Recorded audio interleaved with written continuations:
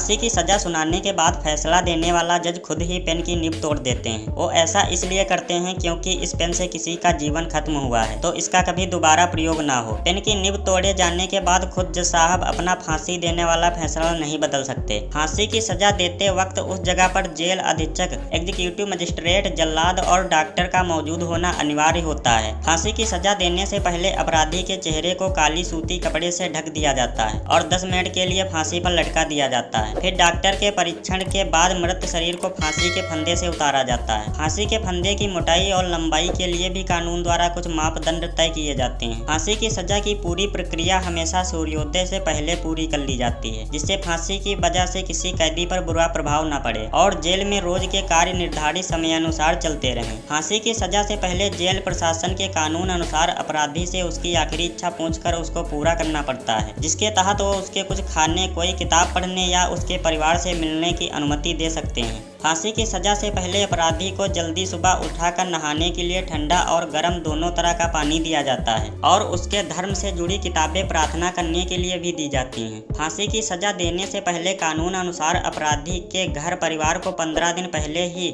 इस बात की खबर मिल जानी चाहिए जिससे वो लोग आकर उससे मिल सकें। फांसी की सजा देने के लिए कानून अनुसार फांसी का फंदा कहीं बाहर से नहीं मंगवाया जाता है, बल्कि उसके लिए फांसी का फंदा जेल में सजा काट रहा कोई कैदी तैयार करता है। भारत में फांसी की सजा देने के लिए जल्लाद का प्रयोग किया जाता है, जिसको कानून अनुसार पूरा खर्चा भी जेल प्रशासन द्वारा दिया जाता है। भारत में फांसी की सजा में उपयोग होने वाले फंदे बिहार की बक्सर जेल में तैयार किए जाते हैं, क्योंकि वहाँ के कैदी फंदे बनाने में काफ़ी माहिर हैं।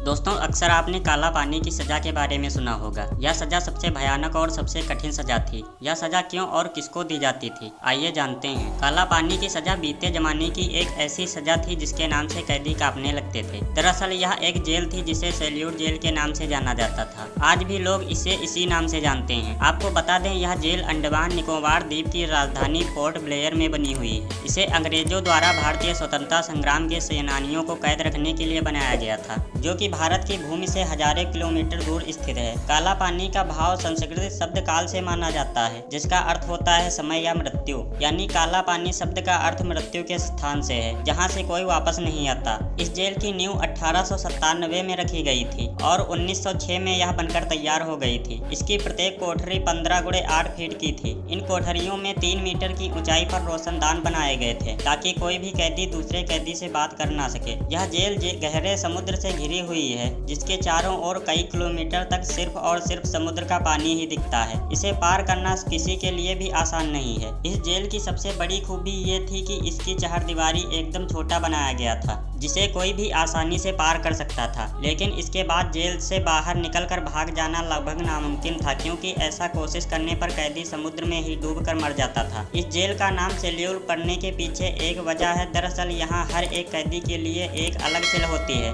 और हर कैदी को अलग अलग ही रखा जाता था, ताकि वो एक दूसरे से बात कर ना सके। ऐसे में कैदी बिल्कुल अकेले में पड़ जाते थे और वो अकेलापन उनके लिए सबसे भयानक होता था।